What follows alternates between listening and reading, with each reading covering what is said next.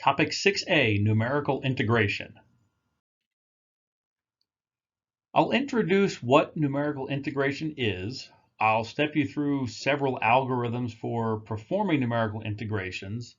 Then we're going to generalize the concept, talk about multiple integrals, and then convergence of numerical integration. Let's talk about numerical integration at a higher level before we dive into the algorithms. First, why use numerical integration? Well, two reasons. One, suppose we were evaluating the integral on this slide. There is no known closed form solution to this. Therefore, if we want to know the answer, we have to do it numerically. The other reason is, suppose the argument in this integral isn't even an equation, but the result of a simulation or of some more kind of complex calculation that has no closed form equation. Again, the only thing we can do is integrate numerically. The first method we'll study, it's the simplest, it's called discrete integration. Let's set up the problem for our discrete integration. And in fact, this setup is the same for all numerical integrations. Here, we want to integrate the function f of x from a to b. And in fact, we don't even need f outside of the integral from a to b. But the blue line shows the function that we want to integrate, and we probably don't know the function with this level of smoothness. It's probably discretized in some way. But before we even talk about making it discrete, this is the function that we want to integrate. Now we talk about making it discrete. We only know this function at discrete points. We really don't know what the function is between these points. We're drawing it here just for educational purposes. We know that there is a function, but when we're performing this, we don't know. We would have to interpolate what the function value is between these points to know what it is. So without having that information, how do we determine the integral? Remember, the integral is the area underneath of the curve. So one thing we could do under each one of those points is fit a rectangle. And we can see that the rectangle, for the most part, approximates the area underneath of that curve. So what does this look like numerically? In this case, we're using even spacing or uniform spacing. That way, this is always delta x from rectangle to rectangle. Notice our discrete point is at the center of the rectangle. So this lets us write our integral from a to b as the sum of all of the function values at the points that are known times delta x. And if we look at the argument inside our summation term, this f is the height of the rectangle and delta x is the width. So we are essentially summing all of the different rectangles. What is delta x? Delta x is our interval, b minus a, divided by the number of rectangles that we're using. So we can bring, for uniform spacing, we can bring delta x to the outside of the summation, just write b minus a over big N, n being the number of rectangles and number of points, and then just sum the function values. That's what's left. So this last equation, if you do a Google search for discrete integration, this is the equation that you'll likely see, and the visualization of it above.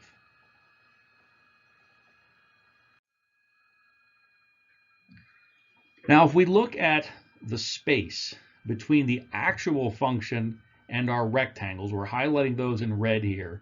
This is area either that we've included in our integration and shouldn't have, or we should have included it but didn't. Either way, that leads to error. So the red highlighted regions here are the reason that our numerical integration will yield a slightly different value than the actual symbolic integration if we could do that.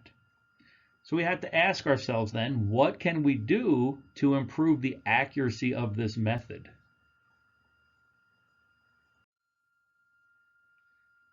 Really, the only degree of freedom we have for discrete integration is just using more or thinner rectangles.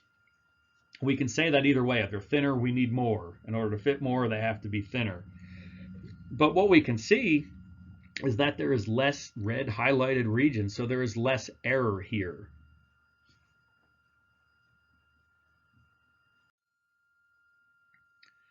On to our next type of integration called trapezoidal integration. In my opinion, this is an oversold method, and it's sold as being significantly more accurate than discrete integration. And I'll show you why that argument is made, and then I'll show you why I think it's wrong. We have the exact same problem set up. We have this continuous function f of x that we want to numerically integrate. In other words, find the area under the curve. We're going to do something slightly different now when we calculate our discrete points. Notice we've placed these discrete points right on the endpoints. We didn't do that before for discrete integration. And so you may want to pause here, rewind, and look at that. We did not place them at the endpoints. Just a subtle difference, not that big of a deal, but they're distributed differently. At this point, rather than fit rectangles, we'll fit trapezoids. And what we can see is those trapezoids conform to the curve much more closely, leading to less error region. And so this is why it's argued that trapezoidal integration leads to significantly less error than discrete integration. Here's a visualization of that.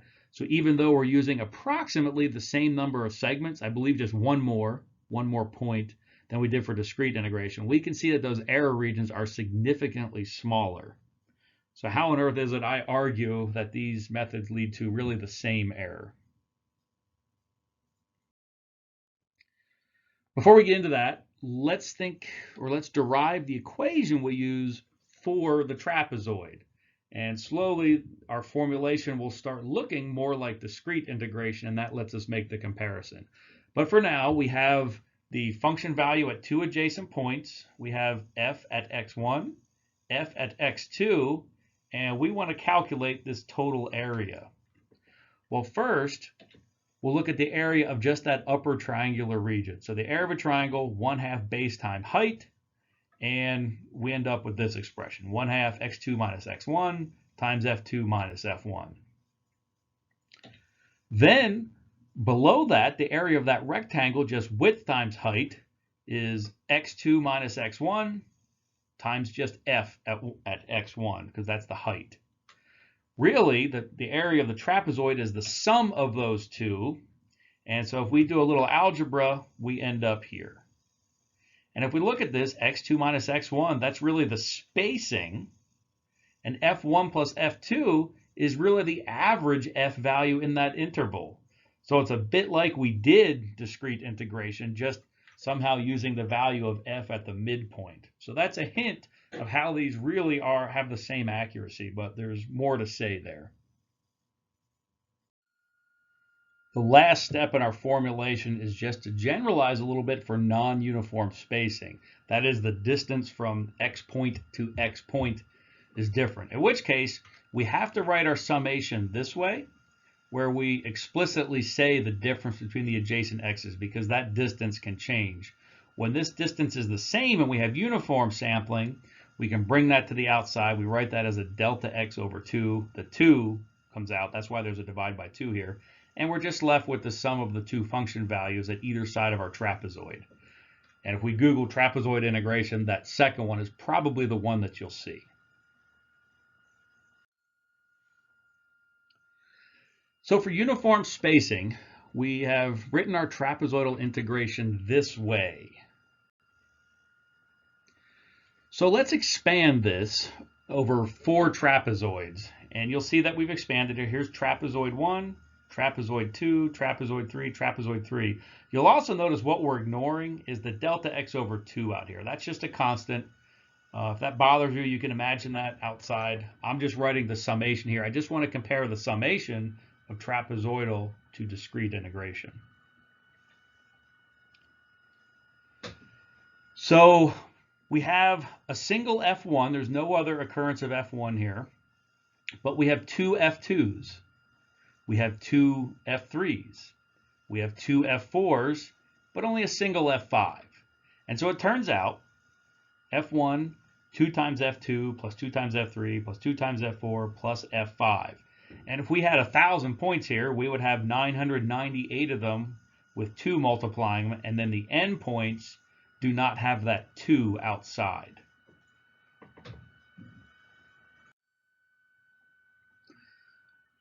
Now let's compare the two. So the arguments are that trapezoidal integration is significantly more accurate than discrete integration. There's a few differences that are actually minor that aren't really contributing to the accuracy difference, but with discrete integration, we place the points at the middle of the rectangle. So notice this point does not fall directly on the A boundary. And likewise, this point in discrete integration does not fall directly on the B boundary. Whereas with trapezoidal, we put our points right on the endpoints. Discrete integration, when we get to the MATLAB implementation, you'll find out it is a lot easier to implement than trapezoidal, although this really is not a big deal to implement either two, but discrete is definitely easier because we can just use the sum statement in MATLAB and we're done. I also think the trapezoidal integration handles a non-uniform grid a bit more elegantly than discrete integration, although we're talking about very simple code for either one.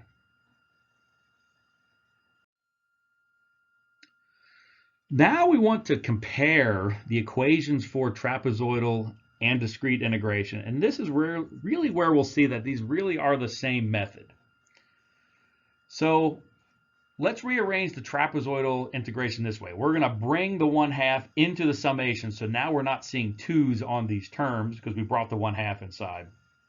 But we do see a 1/2 multiplying the F1 and the F5. Let's write the equivalent for discrete integration. Here we just had delta x multiplying the sum of all the function values. Now let's compare what we had for trapezoidal to discrete integration. And what we really see is that these two expressions are the same, just with one additional point up in trapezoidal integration. So if we're using 100 segments in our numerical integration, trapezoidal is the same as discrete integration with one extra rectangle. Does that really contribute significantly to an improvement in error? Well, it does, but I think very small. And so this is where I argue that discrete and trapezoidal are very, very similar. Now let's think back.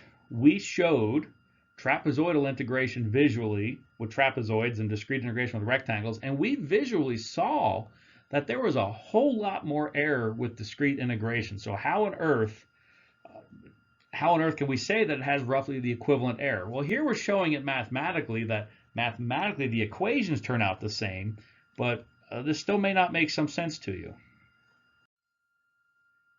Let's take one more look at how trapezoidal integration and discrete integration are essentially the same thing. Here I am visualizing a discrete integration. However, I have a 0.5 multiplying F1 and a 0.5 multiplying F5, so we can recognize this as the equation for trapezoidal integration. But if we were thinking for a minute that this really is discrete integration, how would we draw that? We would draw it the same way, except we would black out half of the first rectangle and half of the second rectangle, and just interpret the first and last points as the extreme endpoints in our interval. So another way of trying to visualize why trapezoidal integration is essentially discrete integration, but with one more rectangle added.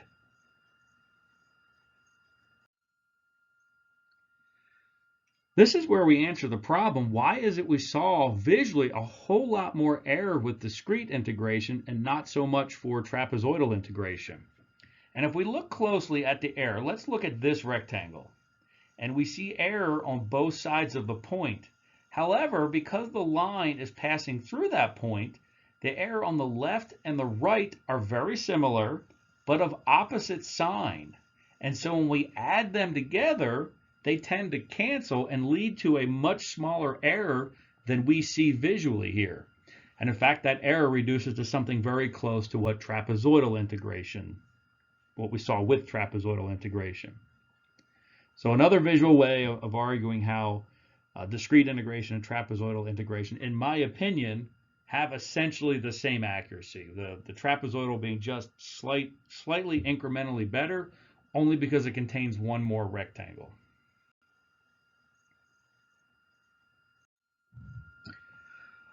On to another technique called Simpsons Integration. Maybe a little bit more difficult to implement, but can improve your accuracy quite a bit. So we have a series of discrete points. What we're going to do now is just look at a window of 3 of them, 3 adjacent points along our function. What Simpson's rule does is it just integrates along these 3 points, does some math that we'll go through, and derives this equation for how we can perform a numerical integration in that window of 3 points. So that's called Simpson's 1/3 rule. Now, how we use that to perform numerical integration is that we break our points up into groups of 3, and we perform that numerical integration in each group of 3 and then add them up.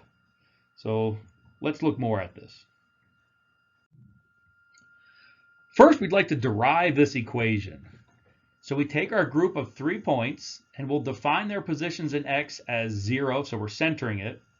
The last point will be at delta x, and the first point will be at minus delta x. So we centered our x-axis on the middle point. And we're free to do that. The coefficients we derive here are exactly the same, no matter what our values of x. It's just that the math is easier here. So we have 3 points. We would like to fit this to a second-order polynomial. Well, we know how to do that. And when we do that, we'll get our polynomial coefficients in terms of f and delta x. So that was step 1. We fit those 3 points to a polynomial. And when you're doing this numerically, you'll have numbers to put here. The second step, now that we have our polynomial coefficients a0, a1, and a2, let's integrate that. And now instead of from x1 to x3, we can say from minus delta x to positive delta x. So the integration is pretty simple. And we'll plug in delta x, then plug in negative delta x, subtract the 2, and we end up here. That's not too bad. Our next step then, we will replace a0 with f2, and we'll replace a2 with this expression up here. When we do that, and we simplify, we end up with the famous equation for the Simpsons 1/3 rule. And this is how we handle the numerical integration over the span of 3 adjacent points. Now on the next slide, we're going to animate this. And the blue line is showing us our analytical function that we don't know. We only know the function at the discrete points that we're also showing. But what you'll see is we take a group of 3 points and use the Simpsons 1/3 rule to calculate this I, which will be our integration. And then from there, we keep calculating that, but adding it to our previous tally. So by the time we've worked through this, we've integrated the function. And also you can see the error regions here in red. That's either area that we are accidentally including in our integration but shouldn't be, or area that we should include in our integration but are not, just due to the approximation. And because on paper you can't see an animation, I'm showing the series of frames here going down vertically on the right-hand side of the slide.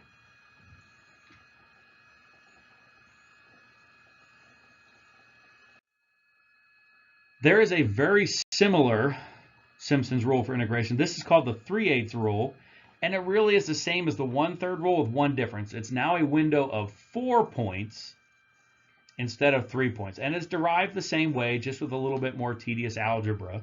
And so now to do our discrete integration, we will take groups of 4 points and apply that equation to approximate the integral in the intervals, the 4-point intervals.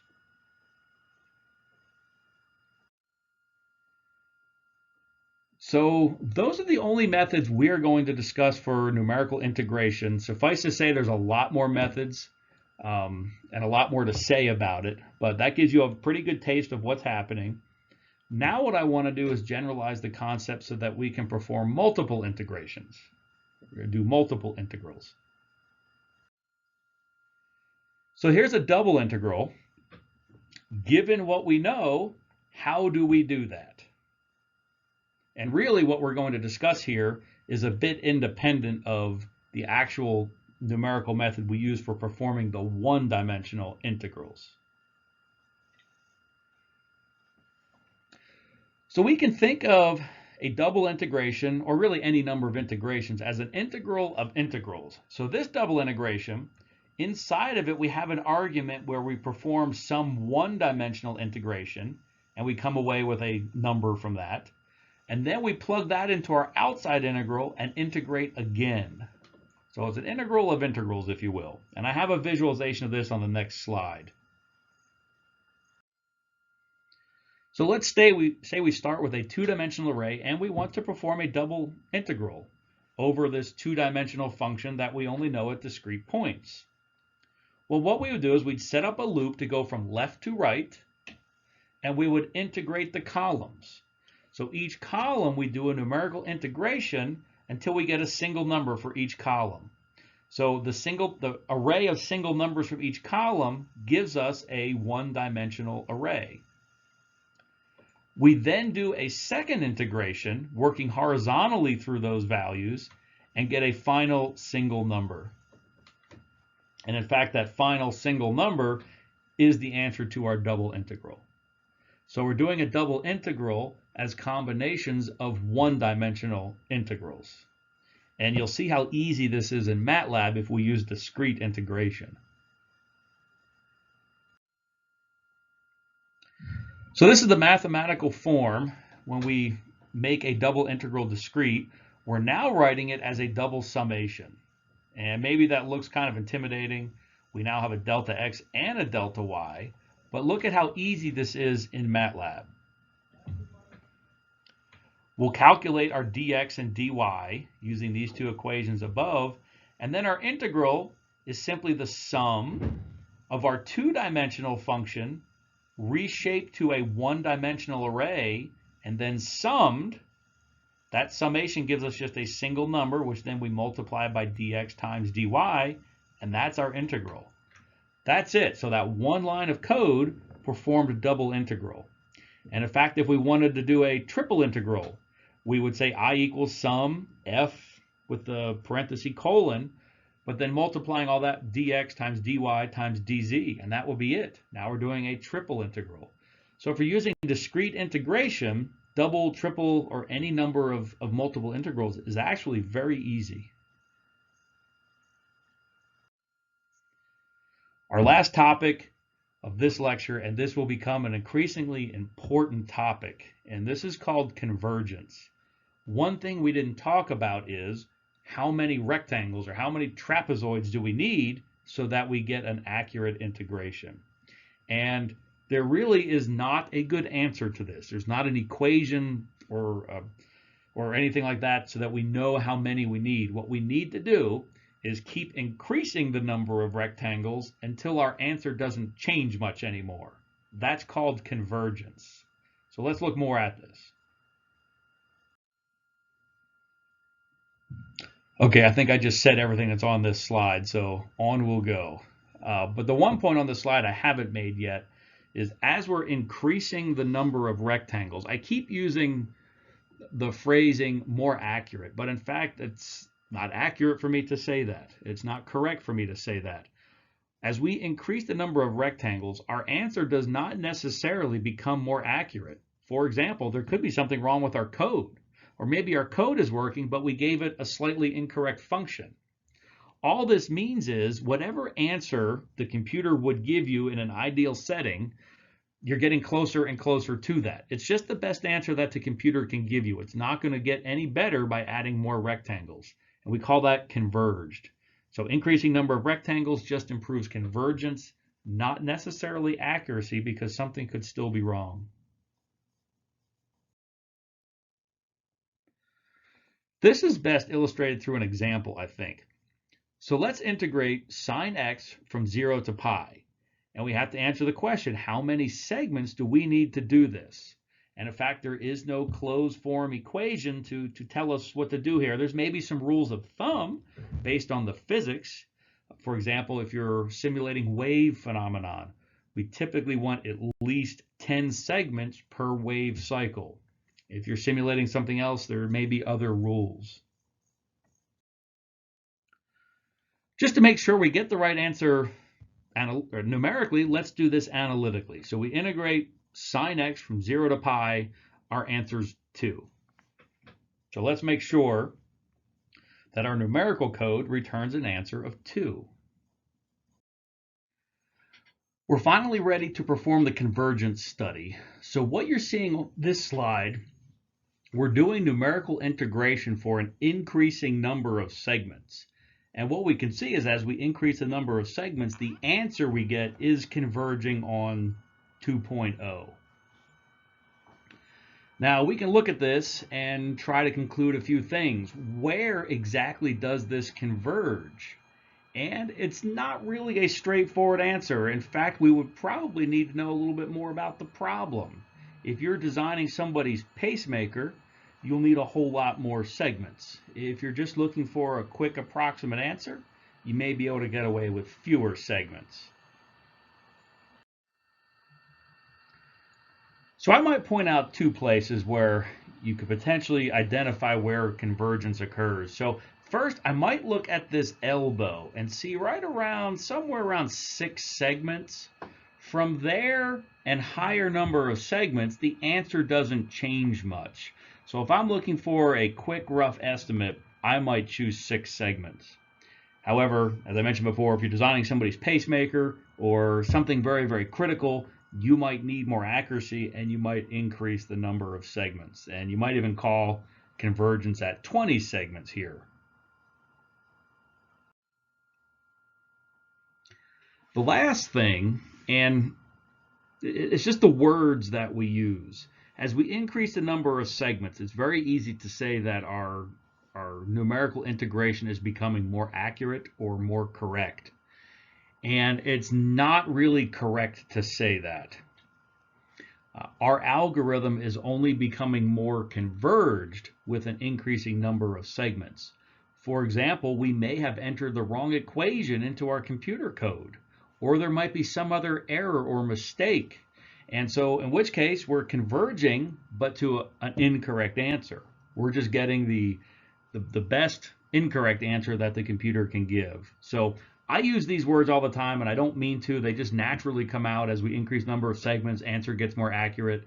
I guess that just makes it more intuitive, but it is definitely incorrect to say that. As we increase segments, the only thing that we can say is that our answer becomes more converged. So be careful of that wording.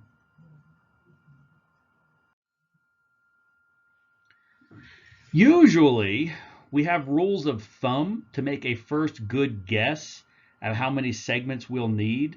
However, there's never an exact equation that we can do up front, pick that number of segments, and get the correct answer. What the correct answer is, or the best answer, is always answered through convergence. As an example for rules of thumb, I do a lot of electromagnetic analysis, so we're simulating waves. And the rule of thumb is when you have about 10 segments per wavelength, this is about where answers start to resemble reality. Very often we need more than this, maybe 20 segments per wavelength. But at a lambda over 10, or 1/10 of a wavelength, that's about where things start to resemble reality. So depending on the physics of what you're simulating, they'll have different rules of thumb for how many segments you'll need. And this is a great place to start, but make no mistake, 1/10 of a wavelength here does not guarantee convergence. You always have to do a convergence study where you do your calculation, you run your simulation, you do whatever you're doing with an increasing number of segments, and when the answer doesn't change much anymore, you say that you are converged.